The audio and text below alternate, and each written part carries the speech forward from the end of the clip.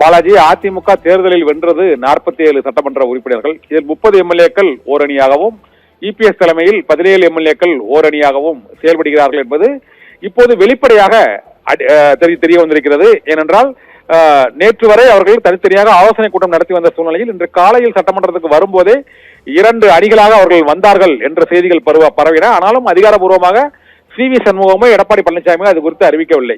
ஆனால் இப்போது தற்காலிக சபாநாயகரிடம் 2 அணிகளாக அந்த புகார் மனுக்கள் வழங்கப்பட்டிருப்பதன் மூலமாக இப்போது எடப்பாடி பழனிசாமி தலைமையில் அவர் தலைமையில் ஒரு அணியாகவும் மற்ற சட்டமன்ற உறுப்பினர்கள் தலைமையில் ஒரு அணியாக CV சண்முகம், SP வேலுமணி தலைமையில் மற்றொரு அணியாகவும் செயல்படக்கூடிய அந்த காட்சிகளை நாம் இப்போது பார்க்க முடிகிறது. இதனால் அதிமுக மீண்டும் 2ஆக உடைந்திருக்கிறதா என்ற கேள்வி எழுந்திருக்கிறது. ஜெயலலிதா மறைந்த பிறகு அது அதிமுக, அமமுக, சசிகலா தலைமையில் ஒரு அணி, OPS தலைமையில் ஒரு அணி என பல அணிகளாக பிரிந்தன. இந்த தேர்தலிலும் சசிகலா தலைமையில் திறந்தோப்பு சின்னத்தில் அவர் ஒரு அணியாக போட்டியிட்டார். அதன் பின்னர் அமமுக குக்கர் சின்னத்தில் மற்றும் இரட்டைகளை சின்னத்தில் அதிமுக என 3 அணிகளாக தேர்தலில் களமிறங்கினார்கள். இப்போது 4ஆவதாக ஒரு பிளவு அதிமுகவில் ஏற்பட்டிருக்கிறது. அதில் இபிஎஸ்க்கு எதிரான அந்த எம்எல்ஏக்கள் அதிக இடத்தில் இருப்பதால் இனிமேல் இபிஎஸ் அதிமுகவின் பொதுச் செயலாளராகவோ அல்லது சட்டமன்ற குழு தலைவராகவோ செயல்பட முடியுமா என்ற கேள்வி எழுந்திருக்கிறது. இந்த பிளவுக்கான காரணம் என்ன என்பது பின்னணியில் 2 தகவல்கள் கூறப்படுகின்றன. ஒன்று, தமிழக வெற்றி கழகம் ஆட்சி அமைப்பதற்கு இபிஎஸ் ஒத்துக்கொள்ளவில்லை, ஆட்சி அமைக்க ஆதரவு தெரிவிப்பதற்கு இபிஎஸ் ஒத்துக்கொள்ளவில்லை என்றும் CV சண்முகம் தரப்பில் நாம் இந்த முறை தமிழக வெற்றி கழகத்துக்கு ஆதரவு அளித்து கூட்டணி அரசில் பங்கேற்கலாம் என தெரிவிக்கப்பட்டதாகவும் அதுதான் 3வது இடத்துக்கு தள்ளப்பட்ட அதிமுகவின் எதிர்காலத்திற்கு நல்லது என CV சண்முகம், SP வேலுமணி உள்ளிட்டோர் தெரிவித்ததாகவும் கூறப்படுகிறது.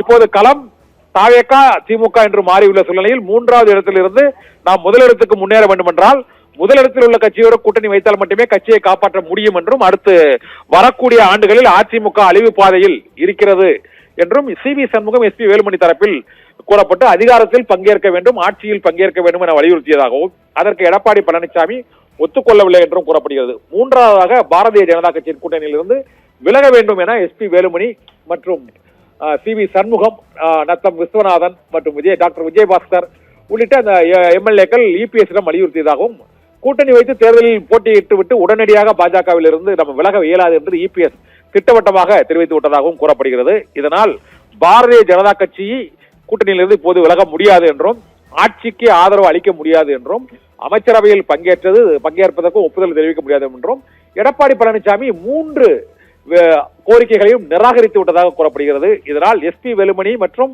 CV சண்முகம், நத்தம் விஸ்வநாதன், விஜயபாஸ்கர் உள்ளிட்டோர், காமராஜ் நன்னிலம் சட்டமன்ற காமராஜ் உள்ளிட்டோர் அடங்கிய குழுவினர் இப்போது எடப்பாடி பழனிசாமிக்கு எதிராக போர்க்கொடி உயர்த்தி இருப்பது இப்பொழுது வெளிப்படையாக தெரிகிறது. இன்னும் சற்று நேரத்தில் இந்த இபிஎஸ் எதிர்ப்பு அணியினர் இன்னும் சற்று நேரத்தில் பேட்டி அளிக்க இருக்கிறார்கள். அப்போது அதிமுக இந்த 30 எம்எல்ஏக்கள் தலைமையிலான அணியின் கோரிக்கைகள் என்ன, எடப்பாடி பழனிசாமி அதை ஏன் ஏற்க மறுக்கவில்லை, ஏன் மறுக்கிறார் என்பது உள்ளிட்ட விவரங்களை இன்னும் சில நிமிடங்களில் வெளிப்படையாக அவர்கள் பேட்டி அளிப்பார்கள் எனவும் எதிர்பார்க்கப்படுகிறது.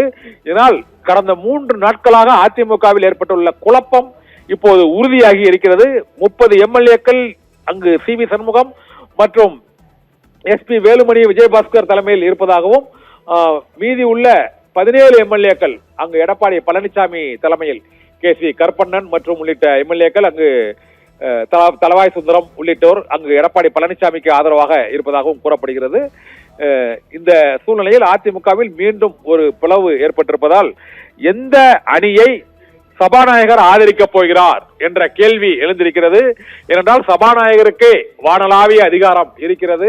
அவரே எது உண்மையான அதிமுக என்பதை முடிவு செய்வதற்கு அவருக்கு தனி அதிகாரம் இருக்கிறது சட்ட விதிமுறைகளின்படி.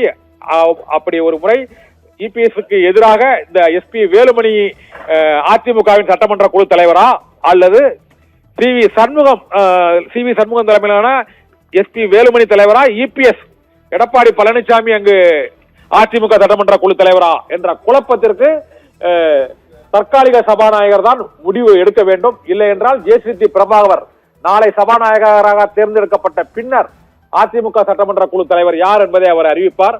அப்போது எடப்பாடி பழனிசாமி தலைமையிலான எம்எல்ஏக்களின் நிலை என்ன, அதிமுக A பிரிவு B பிரிவு என செயல்படுமா என்ற கேள்வியும் எழுந்திருக்கிறது. அதிமுக இபிஎஸ் பிரிவு, அதிமுக சிவிஎஸ் சி.வி. சண்முகம் பிரிவு என மீண்டும் ஒரு பிளவு அங்கு செயல்படுவதென எதிர்பார்க்கப்படுகிறது. ஏற்கனவே அங்கு அமமுக சார்பாக ஒரு சட்டமன்ற உறுப்பினர் அங்கு இருக்கிறார், மன்னார்குடி சட்டமன்ற உறுப்பினர். அதனால் அதிமுகவில் இப்போது 3 அணிகளாக செயல்படுவார்கள் என எதிர்பார்க்கப்படுகிறது. இப்போதைக்கு அந்த அதிருப்தி அணியினர் அளிக்கக்கூடிய அந்த பேட்டி இன்னும் சில நிமிடங்களில் வரும். அதற்கு பிறகு அந்த குழப்பத்தில் என்ன முடிவு என்பது இன்னும் சில நிமிடங்களில் தெரிய வரும். பாலாஜி.